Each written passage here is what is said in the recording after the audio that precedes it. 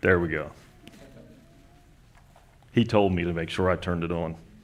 So that's on me, not on him. And welcome to Life Fellowship. And just ask the Spirit of the Lord would join us here this morning. So the topic this morning, kind of seems a little heavy. I named it, The Enemy is the Enemy. And that came from a testimony of a friend of mine. So the reference this morning is Ephesians 6:12. And we just want to talk about, our struggle is not against flesh and blood, but against the rulers, against authorities, against cosmic powers of this darkness, against evil and spiritual forces in heaven. And so, when I wake up in the morning, I feel like I'm a positive person, and I tend to look into the future. I don't live with just a ton of regrets, and so I forget how often there's a spiritual battle going on behind the scenes that I never see.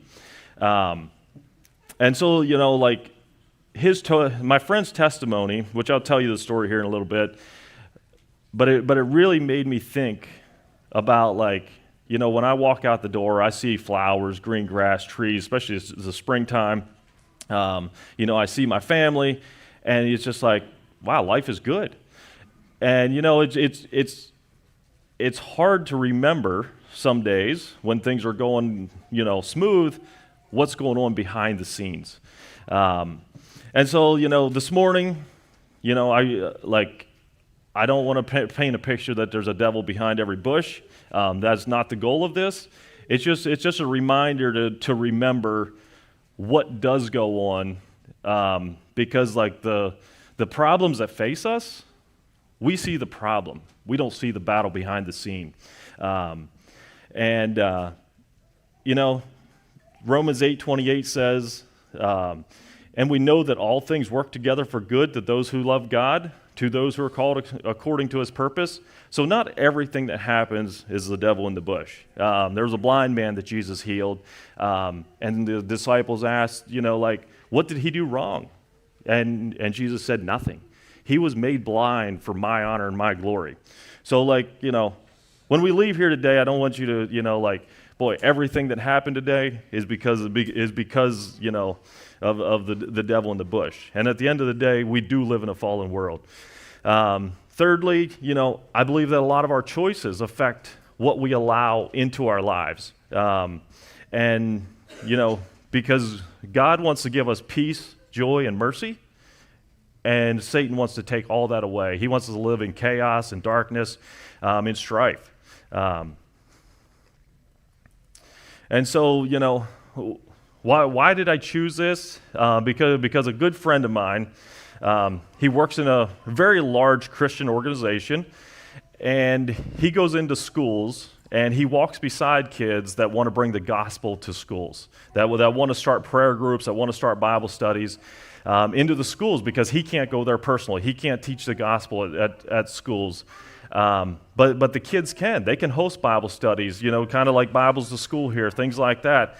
And so his mission is to, in the York and Adams area, to start, Bible studies, walk beside kids that want to share their faith, that don't know how to share their faith. So I think it was last February, he got a new district, or a new supervisor.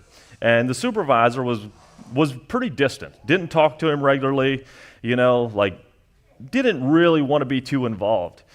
And by July, the guy from Cumberland was fired on a minute's notice, and the director from Lancaster was fired, and these were two of his close friends. And he's like, "Man, what is going on?" And a week later, he gets a call. They want to meet, and he's like, "Hey, what's the meeting about?" It'll be a short meeting. Don't worry about it. And he gets there, and the guy sits down. He said, "We can do this the easy way or the hard way." He said, "You put in a resignation, or you're fired." And he said, "Whoa! I mean, this escalated quickly." And so when that happens, there's a lot of anger. There's a lot of disappointment. There's a lot of he thinks about all the relationships that he's built in the schools, and he's like, "Well, what about these kids?" There wasn't a succession plan of hey, you're not doing your job well. And, his testimony to me was, Dalen, God knew this was going to happen. And he said, the work was so great that was happening, Satan had to do something. He said, Satan had to try to stop it one way or another.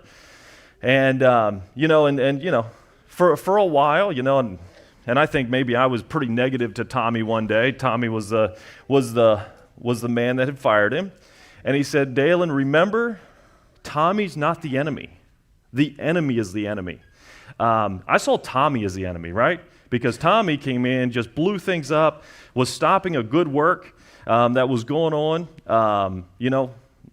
You don't build relationships the next day. Someone else can't just step in and, run this business, run this machine. And so it was just really inspiring to me that someone that went through this could say at the end of the day, Tommy's not my enemy. Tommy's a man. He's being used by someone, but he is not my enemy. The second thing that he said, as he was walking this journey, he said, I got into a victim mentality as I was walking this journey. He said, all the phone calls I got from the people I'd built relationships with that were, on my side. It's not the same that you're not here, Mr. Mike. You're doing such a good job. We really like you. We really appreciate you. And he said, I loved it. He said, inside, I loved it. And he said, until someone had the courage to call me one day and said, Mr. Mike, maybe you were wrongfully terminated. Maybe this isn't the way you thought it would go. But he said, if anyone needed retribution in this world, he said it was Jesus. He said, nobody needs retribution more than Jesus. He was wrongly condemned, publicly mocked, shamed, and he was killed because he was hated by his own people. And so he said, when I realized that I couldn't move forward as long as I stayed in that victim mentality. And so that was just really, really inspiring to me. To have a testimony like that when you lost your job, lost your income, and you lost your purpose of what you thought you were supposed to be doing in this world. And the second thing that happened, we were on our way to Florida. I downloaded a few books on the way, and I was listening to them. And I got to about the second chapter, and I looked at my wife. And I was like, man, I can just hardly listen to these books because it was a fictional story of the battle behind the scenes that goes on for our soul. And there was a lot of God, gun, and country that I was struggling with. But last Sunday we had a Sunday school lesson on confession and repentance. So I'm going to do the confession part. I continued reading the book. I didn't stop reading the book. The storyline sucked me in. But I really enjoyed the battle, the story of what actually happens, the chaos that goes on behind the scenes for our souls.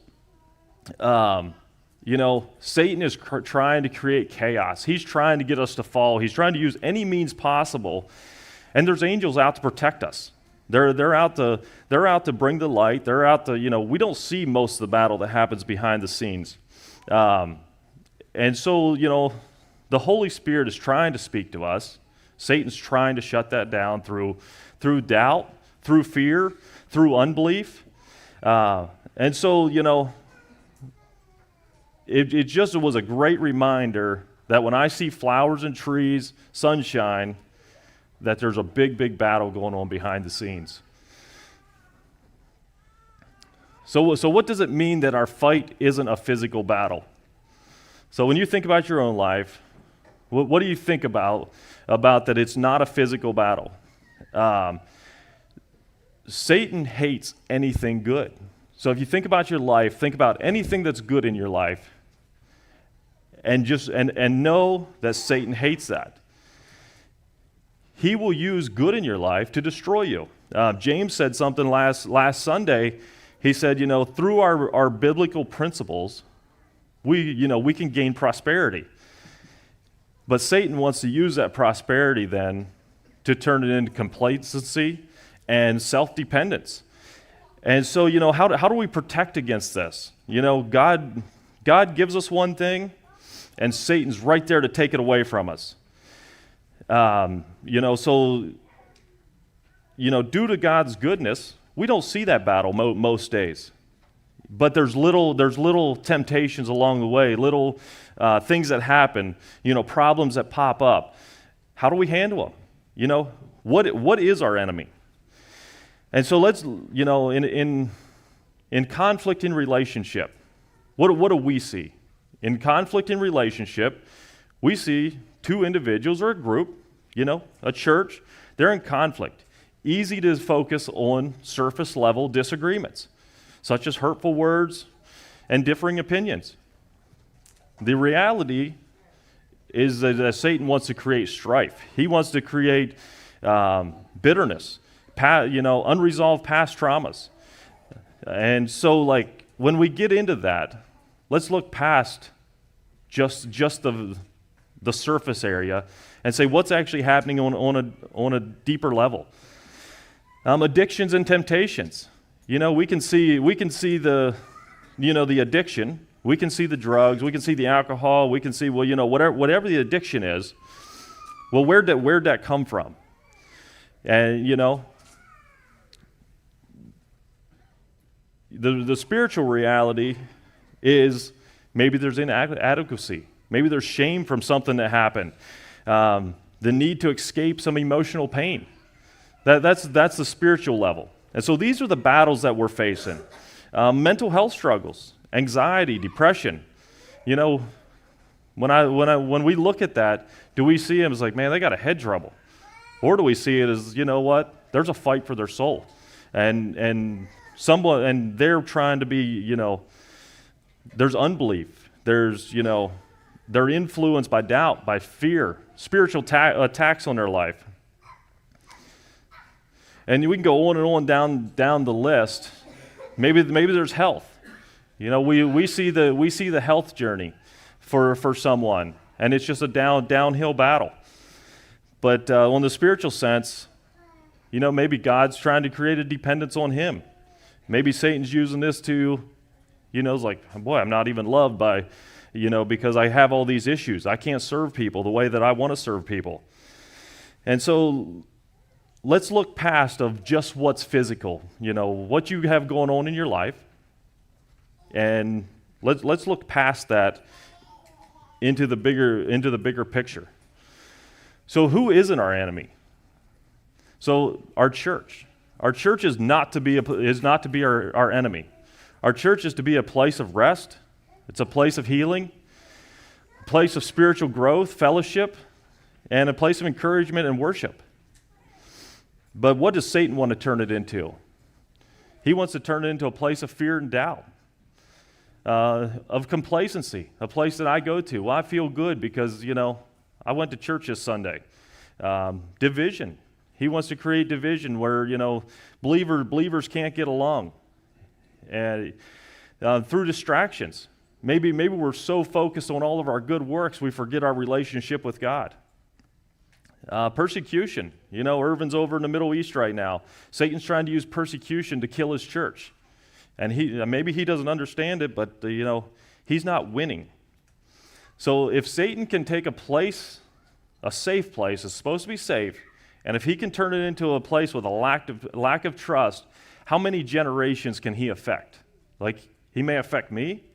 I'm going to pass that on to my children, and, who knows when it will stop. When the generational sins will actually stop. So what about our marriages?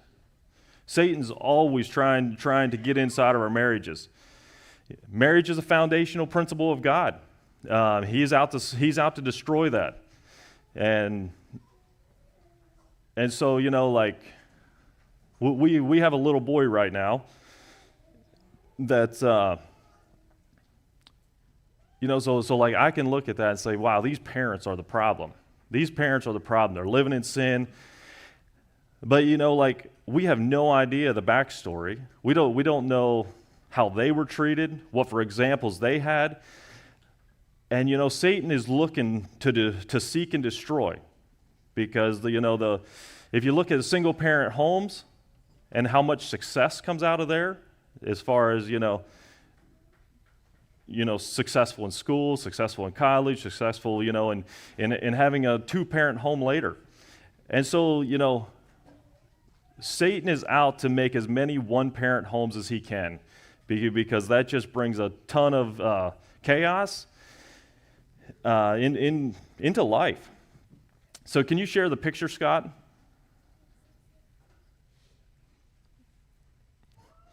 So this here's a personal example. Some of you have heard it. And, this is our patio at our house. And if you look at that white ring around the fireplace, my wife and we wanted to have a nice patio. And we got out, we painted lines, we talked, we laid it all out as nice as we could. We were both in perfect agreement of where this fireplace should be. And it went about 3 weeks until the mason came to pour it. And so you got to pour the white ring, and then the next day or whatever you pour the black. And I was at work. She called me. She said, "Hun," she's like, "they are not putting that fireplace where it's supposed to." I was like, "Yeah, that's exactly where we talked about putting it." She's like, "No, it's supposed to be over to the side more." And in that moment, we got really mad at each other, because from my memory, we put it exactly where we had talked about. In her memory, it was supposed to go about 5 feet to my right, to that side. And, so I get home from work. We're super mad. Hey, we're still talking. And, because I was like, this is what we talked about. And so it's like, job was already done. The white cement was already poured. Moving it wasn't a great option. And, so we had to make a decision. And that is, to this day, that could still be a problem. It could still be a big problem. Every day she could walk out there and say, "Man, you know how badly you built this wrong?" She could do that. I could still be super mad because I tried really, really hard to make that patio as perfect as we had talked about. And so after about 3 hours of being really mad at each other, we had a choice to make. And one of us, I don't remember who, was like, "Okay, let's make some different decisions here." And so, is either let it go the way it was, tear it back out again, or let's go out and let's think past the problem, because at the end of the day, my wife is not my enemy. It doesn't matter what happened that day. We got married in love. We have always had a trust that we want to have a great marriage. And when okay, this is a surfacey thing, right? It's a patio. But we could always go back to that fact. And whether who was right and who was wrong, we still have never come to that final conclusion yet. I told her I would not throw her under the bus, because I don't want to have another problem when I go home today. And so just remember, this is my point. This is my experience of how my wife could have become my enemy. She was for 3 hours, maybe 5. I don't remember. And but we went back out, and we started working on a new plan of how we could make it work the way that it was done. And so thank you for working it out with me. Thank you that we can laugh about it now. And it's a small story to tell. So let's go to a couple of Bible stories. I'm going to read these out of the Message because they're a lot more fun that way. And so we're going to go to Genesis 3, verses 1 through 13. And it says, "The serpent was clever, more clever than any wild animal God had made. He spoke to the woman, 'Do I understand that God told you not to eat from my tree in the garden?' The woman said to the serpent, 'Not at all. We can eat from the trees in the garden. It's only about the tree in the middle of the garden that God said, "Don't eat from it. Don't even touch it, or you will die." The serpent told the woman, "You won't die. God knows that the moment that you eat from that tree, you'll see what's really going on. You'll be just like God. You'll be just like God, knowing everything, ranging all the way from good to evil. When the woman saw that the tree looked like good eating and realized what she would get out of it, she'd know everything. She took and ate of the fruit and then gave it to her husband, and he ate. Immediately the two of them did see what was really going on, saw themselves naked. They sewed fig leaves together as makeshift clothes for themselves. When they heard the sound of God strolling in the garden in the evening breeze, the man and his wife hid in the trees in the garden. They hid from God. God called to the man, "Where are you?" He said, "I heard you in the garden, and I was afraid because I was naked, and I hid." God said, "Who told you that you were naked? Did you eat from the tree that I told you not to eat from?" The man said, "The woman you gave me as a companion, she gave me the fruit from the tree, and yes, I ate it." God said to the woman, "What is it that you have done?" "The serpent seduced me," she said, "and I ate." And so right there, what was the problem? Can somebody answer? What was the problem? There was a temptation to come along to eat of the tree, right? Okay, now in most cases, snakes are the problem. I'm gonna first one to say that the snakes are the problem. Okay, but I think old Ronnie was laying on a stone, warming himself, and Eve walked by, and got to bear with me here a little bit because true theology, I couldn't find whether the devil was the snake or the snake entered the devil. But in this case, Ronnie was just a snake. Satan entered the snake, and he's like, "Hey, what do you think of that tree?" And Eve had a decision to make. She had a decision to make. And and at first she's just like, "Oh, yeah, we can eat of all these trees." Like barely taking notice of the one that she couldn't have. But Satan put a small spirit of discontentment in there. Well, what about the one that you can't have? What about the one that you can't have? And all of a sudden she's like, boy, there is a little bit in this world that I can't have. I mean, my life is perfect. Like to that point, her life was perfect. There was no weeds, there was no anything. And so she's got a decision to make. She's got a spirit of discontentment. And the serpent was more clever than any wild animal that God had made. And so God comes to the garden, and he's like, "Hey, where are you, Adam?" "Hey, well, I'm here." Then what do we have happening? We got a blame game starting.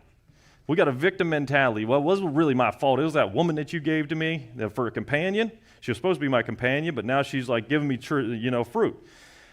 And so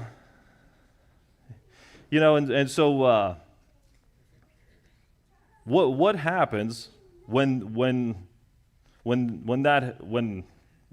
we get that temptation? Because in 1 Corinthians 10:13, God gives us verses that say, when we're tempted, there will be a way out. There will be a way out, but you got to make a choice. You got to make a choice as whether you want to take that way out.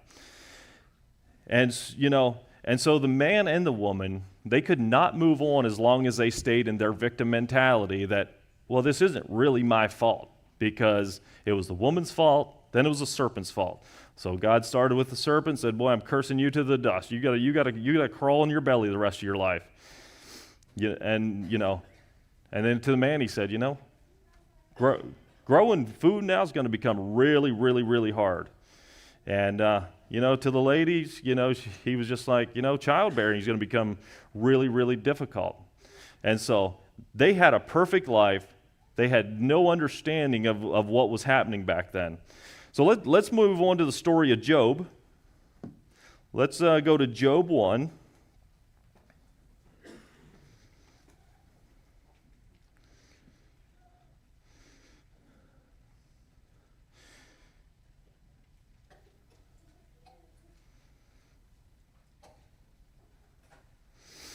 All right, and I'm going to start at verse 13.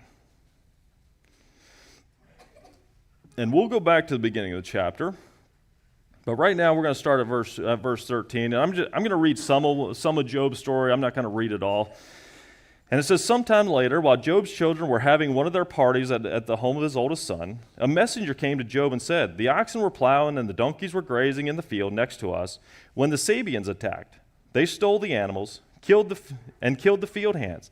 I'm the only one to get out alive and tell you what happened. While he was talking, another messenger arrived and said, bolts of lightning struck the sheep and the shepherds and fried them, burned them to a crisp.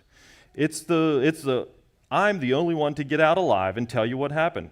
While he was still talking, another messenger arrived and said, Chaldeans came from 3 directions, raided the camels, massacred the camel drivers. I'm the only one to get out alive and tell you what happened. While he was still talking, another messenger arrived and said, your children were having a party at the home of one of the oldest brothers when a tornado swept off the desert, struck the house. It collapsed on the young people, and they died. I'm the only one to get out alive and tell you what happened. Job got to his feet, ripped off his robe, shaved his head, fell to the ground and worshiped. Naked I came from my mother's womb, naked I'll return to the womb of the earth. God gives and God takes away. God's name be blessed forever. So what was the problem here? What was the problem Job was facing?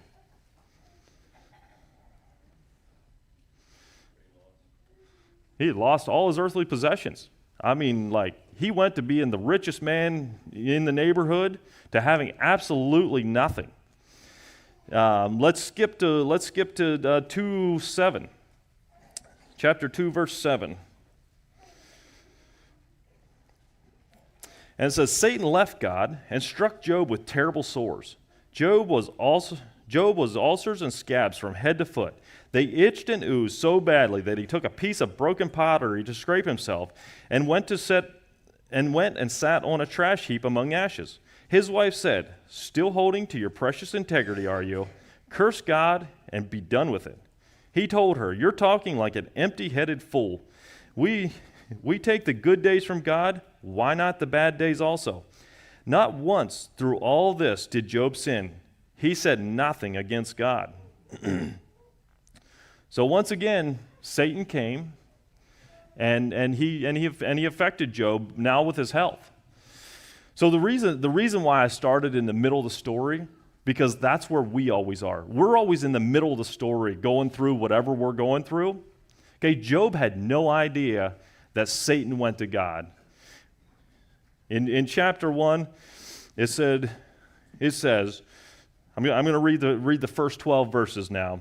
Job was a man who lived in Uz. He was honest inside and out and a man of his word, who was totally devoted to God, hated evil with a passion. He had 7 sons and daughters. He was also very wealthy, 7,000 head of sheep, 3,000 camels, 500 teams of oxen, 500 donkeys, and so on.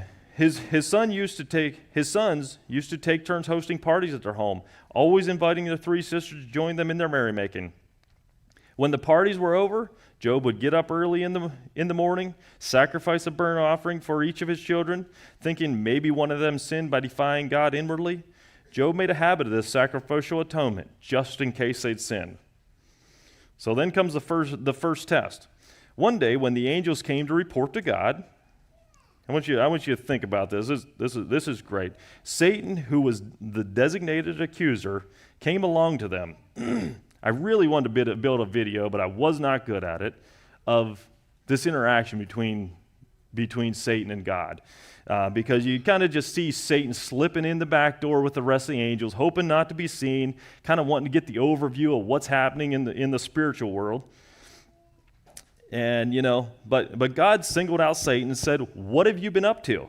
He's just like, going here and there, slipping around, checking things out on the earth. So the cleverest person in the world, he's just slipping around, seeing what's going on. And God said to Satan, he's like, have you noticed my friend Job? I mean, he literally just challenged him. He's like, have you noticed my friend Job? He's like, there's no one quite like him, honest and true to his word, totally devoted to God and hating evil. And Satan retorted, do you think Job does all this out of sheer goodness of his heart? I mean, can you imagine that conversation of what's actually happening? Why no one had it so good? You pamper him like a pet, Make sure nothing bad ever happens to him or his family or his possessions.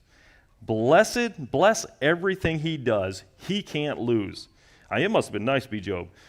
But what do you think would happen if you reached down and took away everything that he had? He'd curse you right to your face. That's what. God replied, we'll see. Go ahead and do what you want to all that is his. Just don't hurt him. And Satan left the presence of God. We never get to feel that backstory that's happening to us in the middle of our circumstances. Job didn't know what was happening. I mean, they give us the backstory prior to telling us of what actually happened. And, so Job had choices to make. And so Satan came and took all his things from him. He came and took all his things from him. And what does it say that he did? Job got to his feet, ripped off his robe, shaved his head, fell to the ground and worshiped. And just said, God gives and God takes away. Okay? He did not see his possessions being taken away as his problem. Okay, on the second test, one day when the angels came to report to God, Satan also showed up. God singled out Satan, saying, and what have you been up to? And Satan answered God, going here and there, checking things out. Then God said to Job, have you noticed my friend Job? There's no one quite like him, honest and true to his word, totally devoted to God, hating evil. He has a firm grip on his integrity. You tried to trick me into destroying him, but it didn't work. Satan answered, a human would do anything to save his life, but what do you think would happen if you reached down and took away his health? He'd curse you to your face, that's what. God said, all right, go ahead. You can do what you like with him, but mind you, don't kill him. So Satan left, and he struck him with boils. And not only that, his wife turned on him. His friends showed up, tried to offer some wise advice, and so naturally, he had a health crisis. He has no idea what's going on in the background. The same as what we don't. We don't know what's happening in the background. We just need to understand that there is a fight for our soul. God had his protection around Job, and Satan still wanted in. He asked for permission. God granted him permission. And so, how often do we have a hedge of protection around us that we have no idea about? And so where's the hope in this? Our theme for the year is hope for the journey. And so where's the hope in this? When Satan finally got Jesus to the cross, and Jesus said it is finished, Satan thought that he had won. He thought he had finally defeated God's plan. Little did he know, Satan's so wise, I don't understand how he doesn't see this, but he didn't understand that he actually was just fulfilling prophecy.